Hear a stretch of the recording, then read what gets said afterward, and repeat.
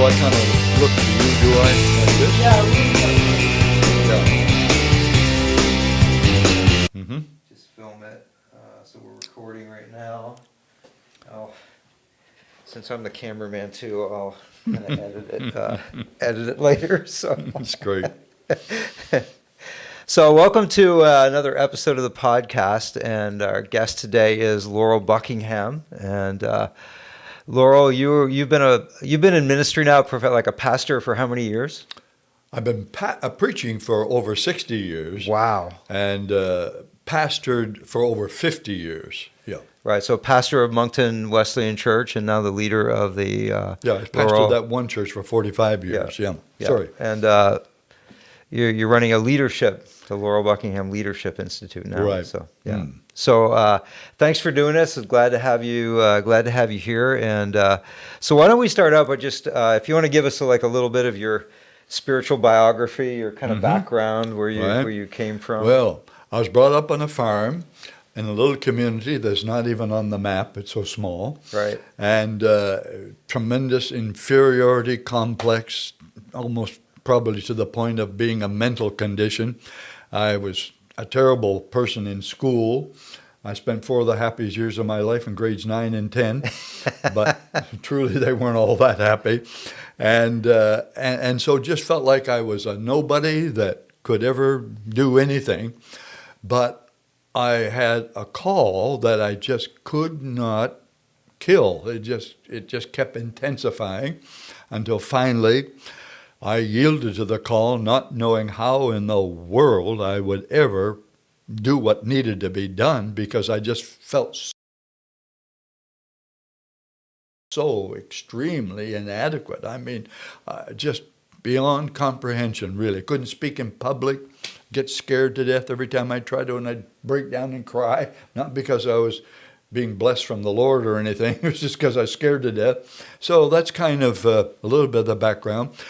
But then I ended up, and there's so much involved in all this, it would take forever to just talk about this kind of thing, but I'll try to say it quickly, pastoring a little country circuit, 3 churches. One was in a village, and then I went from there to a little town. Well, you really wouldn't call it a town, about 1,100 people. And all these places we saw things really happen, And then after that, I went to Moncton, New Brunswick, where I pastored for 45 years. Yes, and that grew to be one of the largest churches in the whole area. I think east of Montreal, right? Yes, it did. And the interesting thing that a lot of people wouldn't realize, we had many, many building programs. I should just tell you this.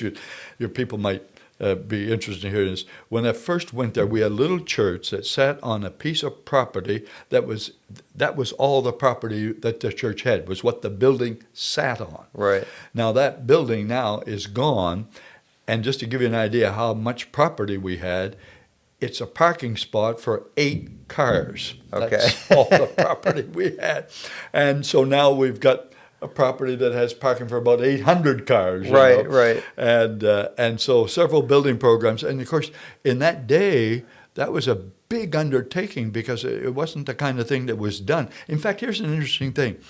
There was a strong belief, that churches should not be more than 300 people.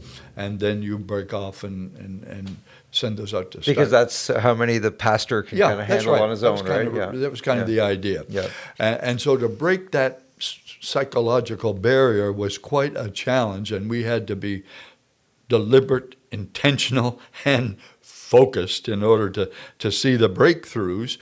But eventually, we built a 2,000-seat auditorium, which is the largest auditorium of any kind in Atlantic Canada. Now, there's coliseums, but not auditoriums. I'm not talking about church. I'm just talking about which is kind of interesting that a church would be setting that kind of a pace, Yeah, what a great idea that the church would be the leader of culture rather than the follower, right? And that kind of leaves me something I shouldn't get off here because you're not. But here, talking about that, I have been asked more than once to speak at the McCain Leadership Institute, which is for entrepreneurs, business people, totally. That's what they're all about, helping business people reach their full potential, as a presenter. And I was told by several people that they rate the speaker, that I had the highest marks of any speaker. But the part that just seemed so kind of exciting to me is that this would be coming from a pastor. What does a pastor know, Right, in the right. eyes of the, those leaders and Right. so on and so on. So it's been an interesting journey. Yeah. And biblical principles, they're truth and they work. Yes. They work whether or not, even if you're not a Christian, Yep. if you're applying biblical principles, they will work for you. Absolutely. And I understand. I haven't read this book, but there's a book on leadership, secular book, based on the leadership of Moses, Right. Yeah. which is interesting. Yeah. And so, in your time at Monk, that's longer than the average pastor spends at one church. Right. Yeah. So you kind of took that through a lot of different Really. seasons and phases, and you as a leader went through a lot of those phases as Well. well. What were some of the struggles that? We'll talk about the wins too, but what were some of the things that you went through there that were harder than people would realize? I love the question. I really do. In those early days, we had a legalistic, somewhat legal, it wasn't as extreme as some places, but traditional, because the church was 100 years old when I went there. My first Sunday there, we had 65 people. Now it had a larger attendance than that, but because it was a summer Sunday. But to break the back of that traditionalism and to some degree that legalism was an unbelievable challenge. And I didn't know how to do it. And I had weaknesses in They don't really myself. teach you that in school, do they? Well, No. and I had my own insecurities and weaknesses that also added to the problem. I had this great vision about what should be done, but I didn't understand the importance of helping people to understand the why it should be done. And if people do understand the why, which is no easy task to get them to understand the why, but if they do, they really do, the what is a simple matter. But I hadn't crossed the why bridge, and so I tried to get the what done, and of course got all kinds of pushback. So it was extreme, the pushback and the polarization. We were polarized for about 6 years. Took us 3 years to get into the worst of it, and then 3 years to work our way out of it. And I had to take full responsibility and say, if it's going to be, it's up to me as far as getting out of it. So I would spend hours upon hours with individual influencers and that sort of thing. But here's the beauty of that.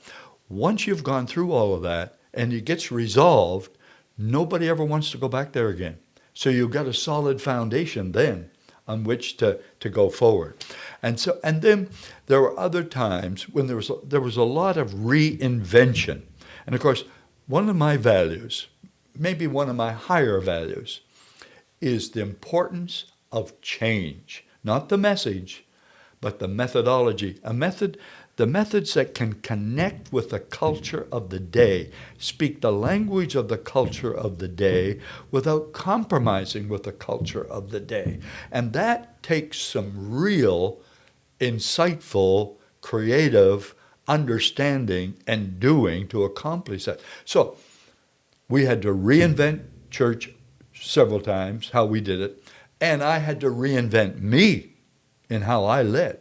So those were challenging. Yeah, and one of the things I admire about you is that very thing. There's a few people like you and John Simons and Harry Wilson who give me great hope for growing older and still remaining flexible and able to reach each generation, not just. Well, you find this interesting. I had this said to me several times, and even by staff members in our church. The youngest person on staff was Pastor Buckingham. Well, it was because of my views of right. what we needed to do and how we needed to be continually innovative and be not the cow's tail, right. but we had to be on the front of everything, even ahead of any business or anything else. It seems like the Church of Jesus Christ should be the most creative innovative organization on the face of the earth. Yeah, and I love it when there's, when you go to an area and the church in the area has the best musicians and has the most creative people, because that's the way it should be, right? Exactly. Yeah, Exactly. and I think probably every pastor is kind of wrestling right now with trying to come out of COVID with how do we do this? What does the church look like? It has to be kind of reinvented. Well, and all these crises that we go through, crisis can cultivate creativity. Doesn't necessarily cultivate it, but it can if we want it to. And COVID's been a great thing for my organization. We've done things we would never have done, discovered things we would never have discovered, made progress that we'd never made in various areas if it weren't for COVID. And when I think of the challenges in those early days, they were they were exhausting. And like I say, when you'd have to deal with some of those issues, it was like somebody throwing you in a lake and you couldn't swim and you beat the lake dry trying to stay alive, Right. And one of the things I just would like to add here that does concern me a bit is the weakness that I see in leadership that should not exist in a God-called person. And I like what old Nehemiah said. He said, first of all, what God put in my heart to do. And because God put it in his heart to do, it seemed like his mentality was, it's got to get done. There's no ifs, ors, or ands about it. It's got to get done. Well, it was to build up the broken down walls. And that's kind of been my view as a pastor, is to build up the broken down walls of the declining church, so to speak. And then he got opposition like nobody in this world, that in today's world, has ever had to go through. He had people on the outside wanting to kill him, people that is supposed to be on his team wanting to kill him. So he had to watch his back, watch his front. But here he had a faith. He said this, our God, he will prosper us. And we, because of that, we will arise and we will build. I love that spirit. Yeah, the persevering spirit. You've got to have a solid. You've got to know why you're doing what you're doing, and then you have to persevere in it. Which obviously, if you had to spend some time in those early years, kind of persevering through some of that opposition, and a lot of people quit at the first sign of resistance. Yeah. I find we've had it too easy, right? The interesting thing was there was a time when I was going through the worst of it. And by the way, when I was going through the worst of it, I was getting the greatest invitations to go other places that I ever received. Very tempting, right? Oh, extremely. Some of them were like the salaries are twice as much as what I was getting. The church was twice the size, or the city was twice the size, or whatever. And I say now, we can sometimes get more diverted from God's will by the opportunities that come our way than the obstacles that we have to face. Right.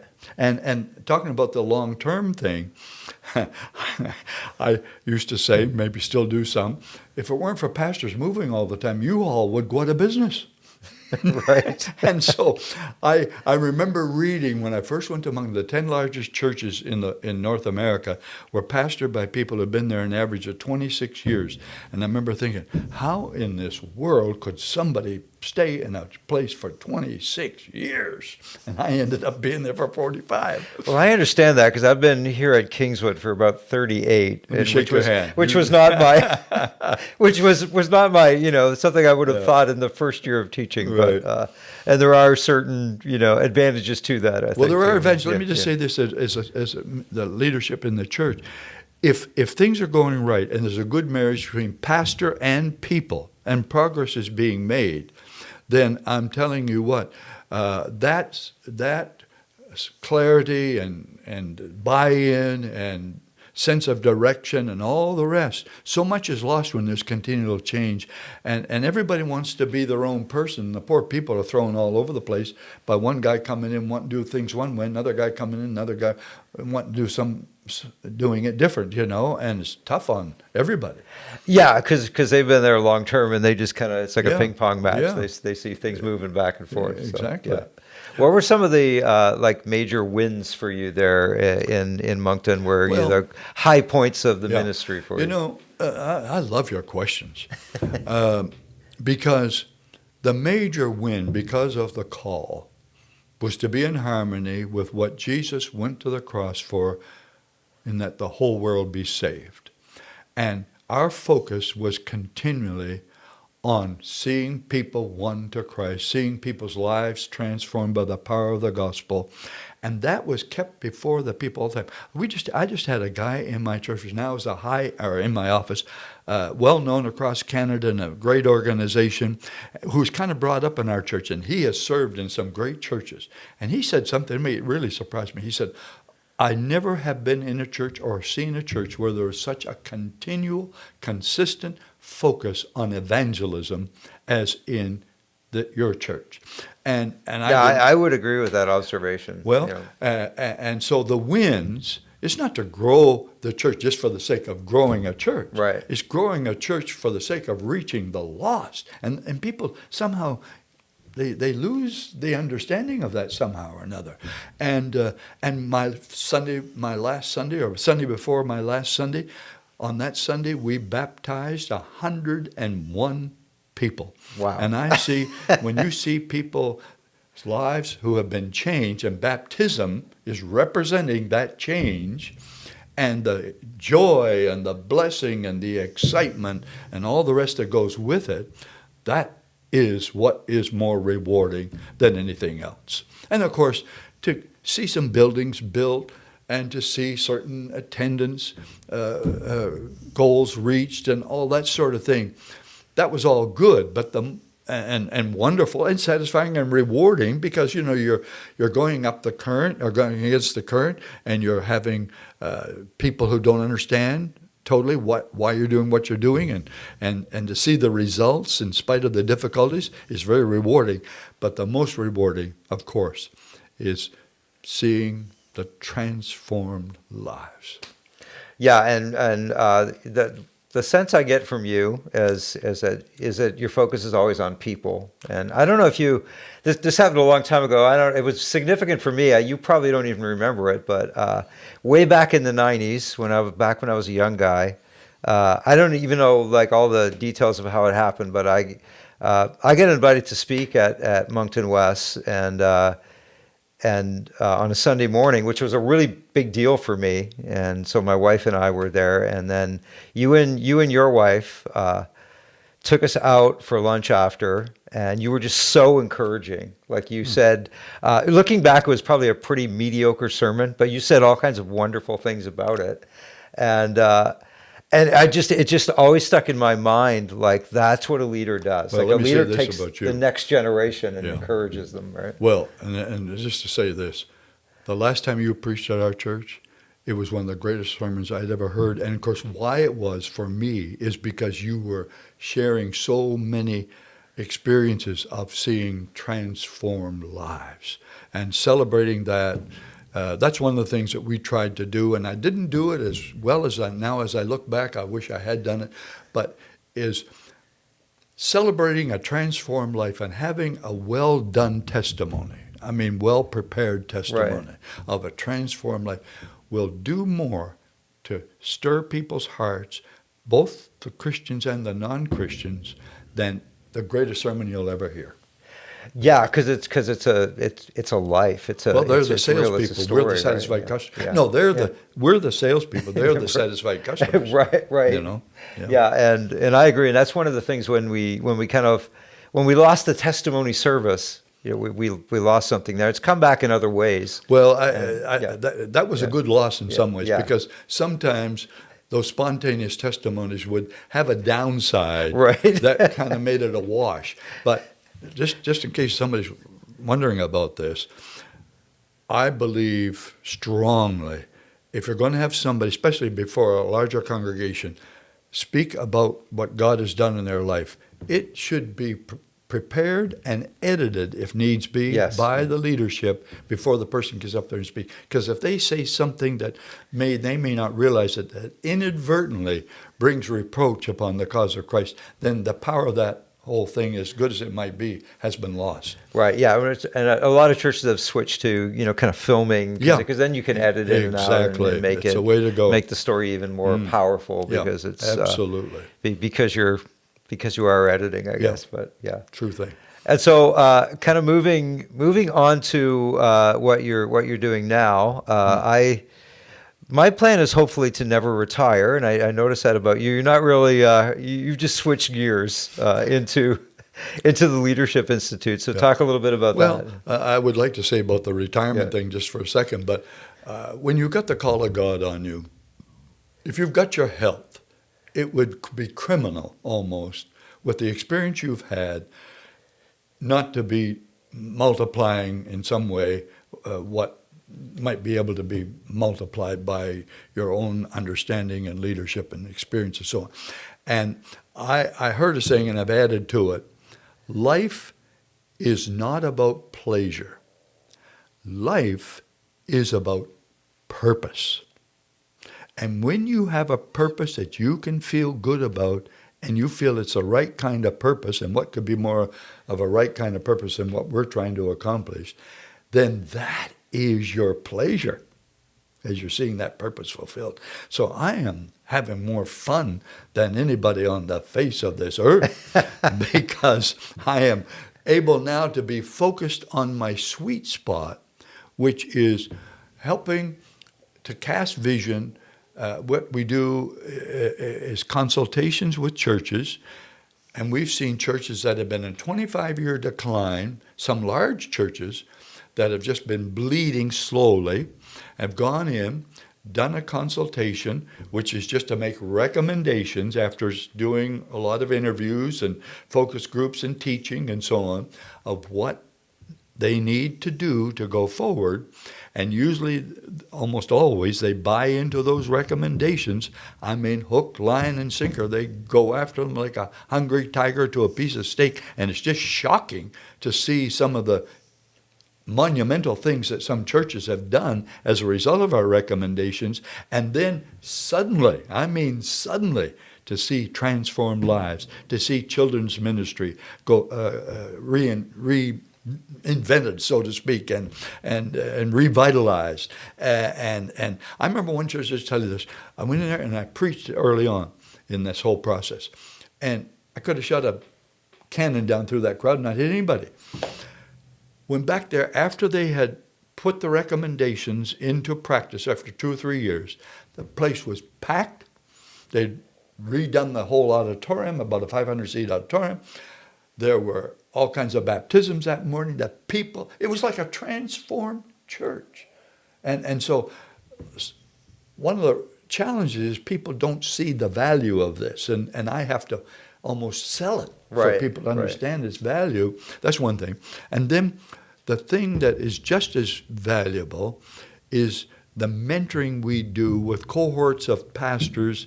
We have it online, and then we do it, of course, COVID shut us down for a while, but we do it in person. We've done it over a period of a year, once a month, 5 hours at a time.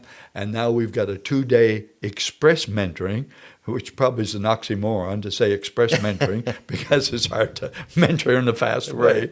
But that covers all those same things in a 2-day period. We got several of those lined up in the future, for the future. And then we do leadership conferences and stuff like that in churches. And we've done what's called the Believability Conference, which we were told is the largest of its kind ever here in Atlantic Canada, in Halifax, Yarmouth, Moncton twice. So these are exciting times. Yeah. So what are the challenges in leadership right now that people tell you about as you're mentoring them? What I don't know that I'm going to answer your question the way maybe I should. Okay. But here's the challenge: is just having leadership. Okay. It seems like to me, maybe 90% of pastors are not real leaders. They are good shepherds. They may be great preachers. They may know how to do all the pastoral things, but understanding the leadership that is required to build something, to see something go forward with vigor and strength and vitality. They don't understand what is entailed in real leadership. And that's one of the things that I love doing and unpacking, is to help people that we're mentoring understand what internally is necessary for strength in leadership. Because if people don't understand those things and they're functioning from a position of fear and weakness, that ends up being bondage. And as a result, they either become dictatorial or they take on a martyr complex. And either one is just as bad as the other. It's either fight or flight, and either fighting everybody about anybody who disagrees with them and any questions them in any way, or they don't do anything and they just run from all the challenges. And so we've tried to help people to understand the internal development that can totally set them free. I'll just say it this way. For the first 20 years of my ministry, I was in a greater or lesser degree of bondage. For the last 40 years, I feel like I've been totally free. Now, to go from that bondage to the freedom, there was a process that had to happen, and it's very tangible, very clear, very simple, but there was a real process, so that the Bible says, you shall know the truth shall set you free, but it also says, hold to these teachings of mine, and then you shall know the truth, and the truth shall set you free.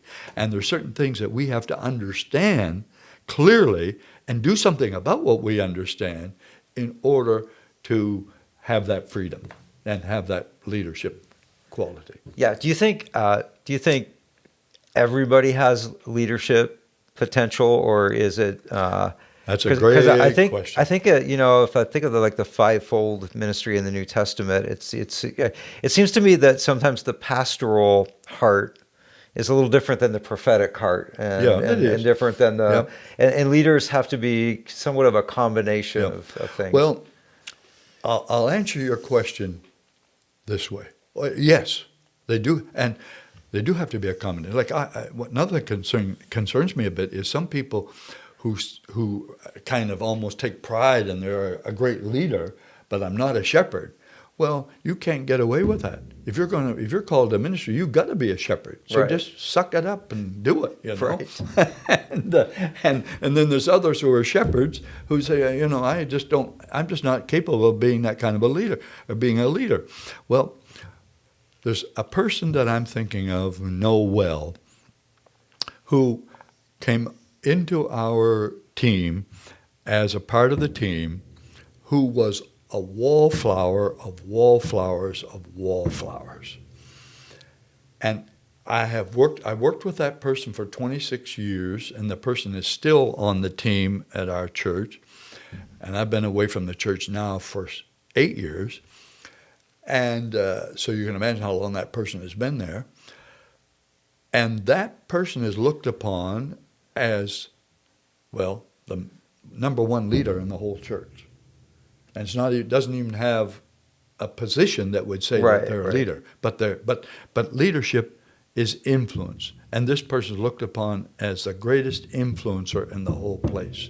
So her temperament, her personality would not be the kind that you would think was dominant enough or whatever to be a leader. But that almost made her a greater leader because people trusted her.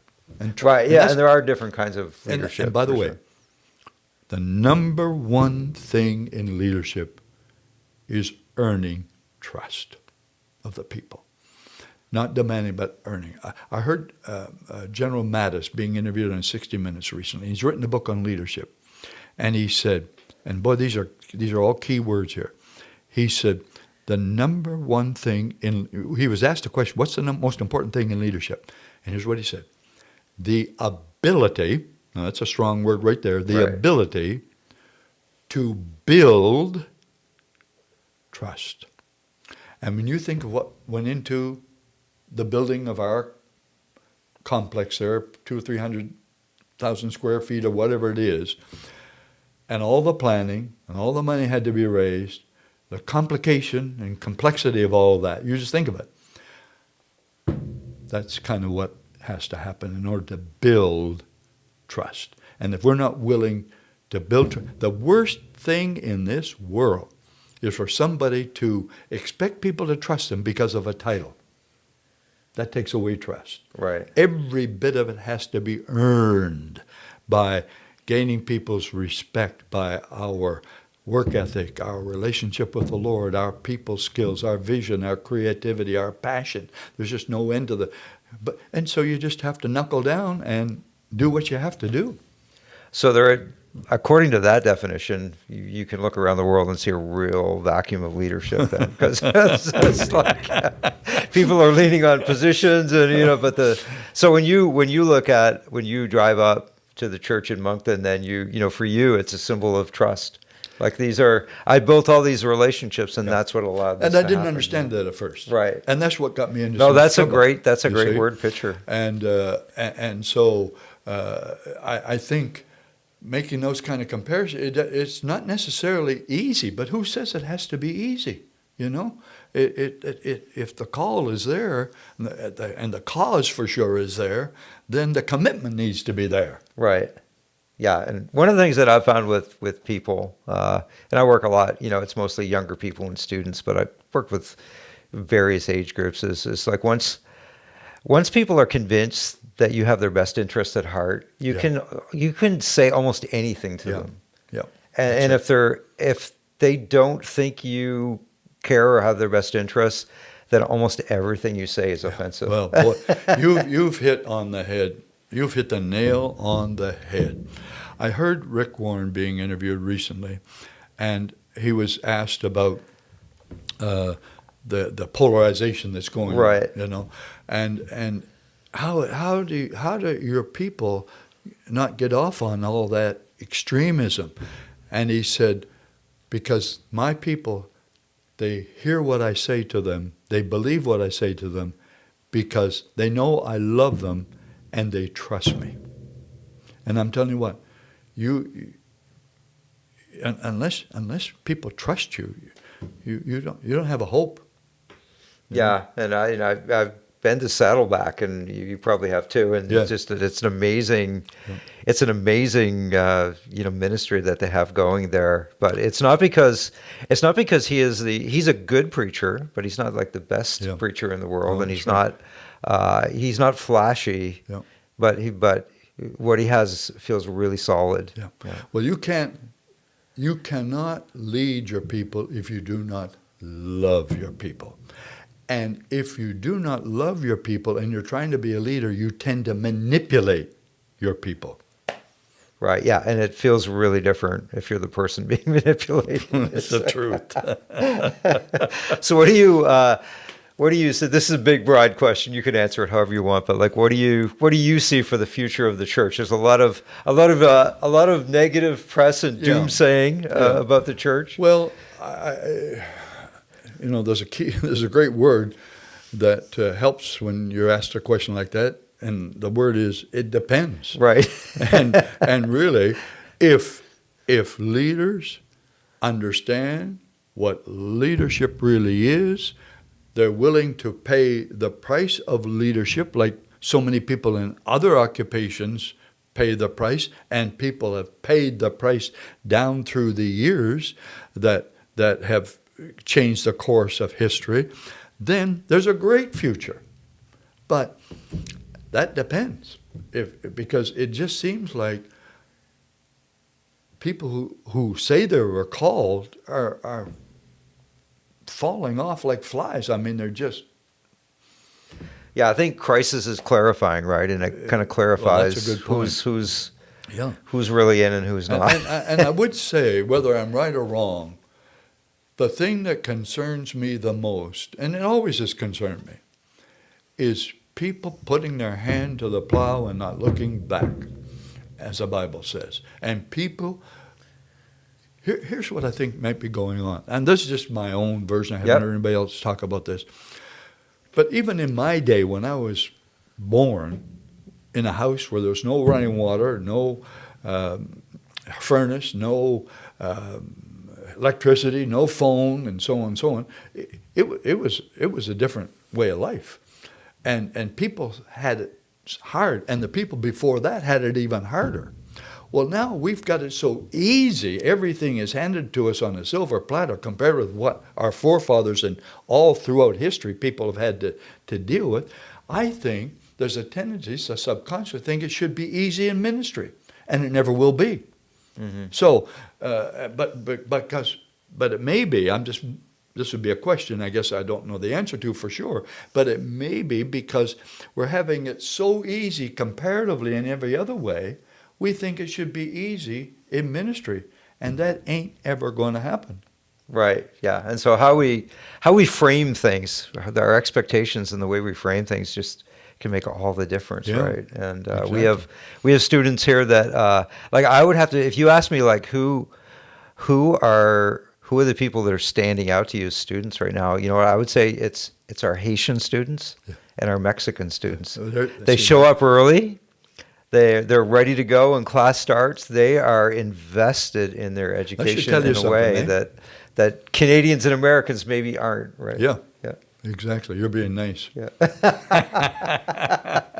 Well, and it's because they're used to hardship, they're used to adversity. Exactly. They're looking upon education as a privilege, not as just something that they deserve. Yeah. And it's I'm telling you what, said for that. When I first went to Moncton, and oh my goodness, the pushback we got now, and I'm not blaming the people at all, totally. It's some of it was, and I don't know what percentage of it would be because of my inexperience and all the rest.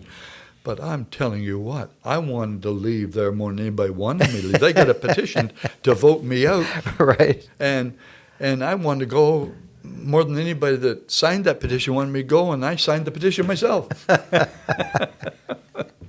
But God wouldn't let me go. Right. And it's interesting. During that time, there's a delegation came from what was then the largest church in the Wesleyan denomination, wanting me to pastor the church. And I just couldn't do it. I just couldn't leave Moncton.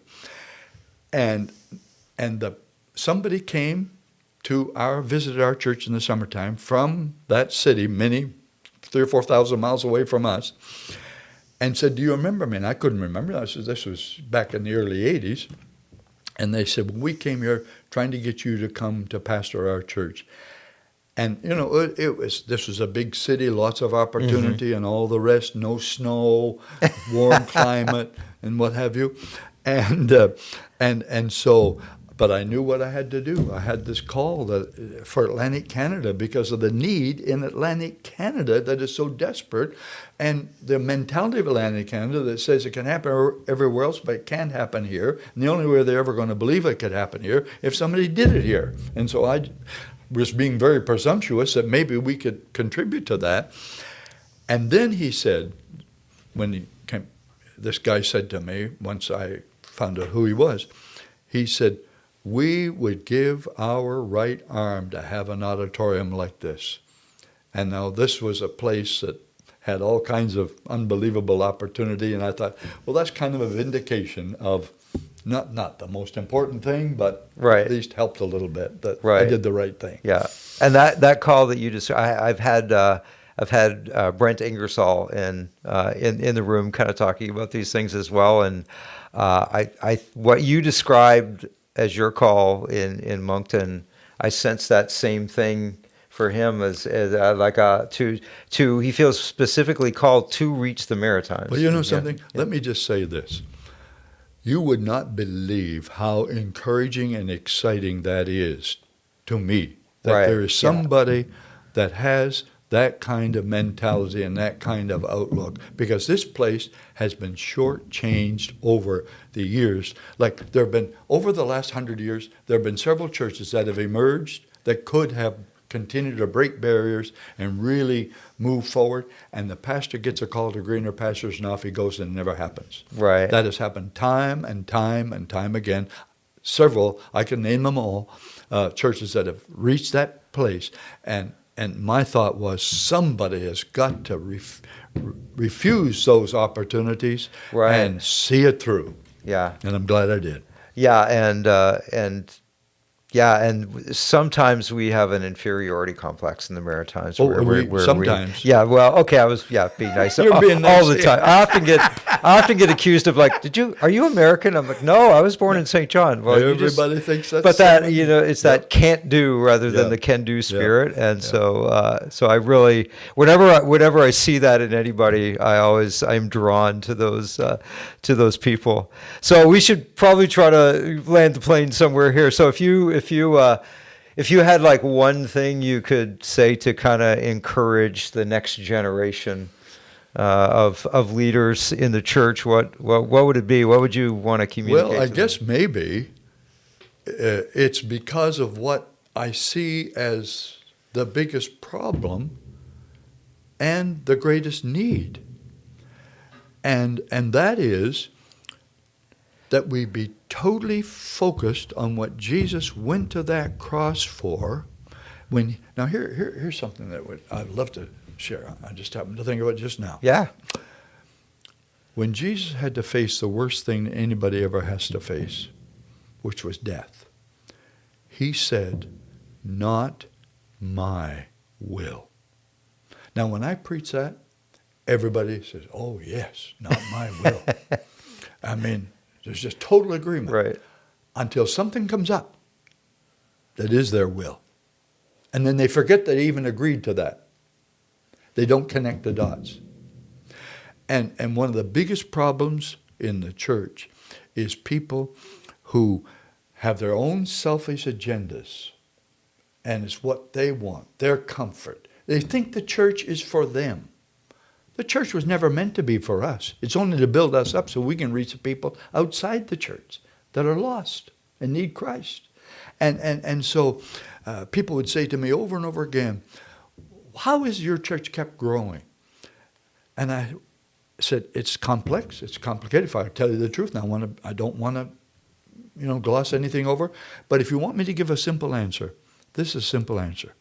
Our people, in general, have moved from a selfish agenda, which the selfish agenda is what I want. They've moved from a selfish agenda, which is dictated by, is this my comfort zone? Is this what I've always enjoyed? Is this what I'm used to? Is this what's going to make me happy? Is this going to be what's best for my family, et cetera, et cetera? It's me, me, me." They've moved from that agenda to an unselfish agenda, which says, whether I like it or not, whether it's what I would prefer, whether it's my cup of tea, whether it's what's going to be best for me, if it can help us to reach more people for Jesus, I am 100% for it. And I guess my biggest concern, I think that has to be taught, reiterated, celebrated, testified to. I can preach a sermon along that line, and people be 100% agreement.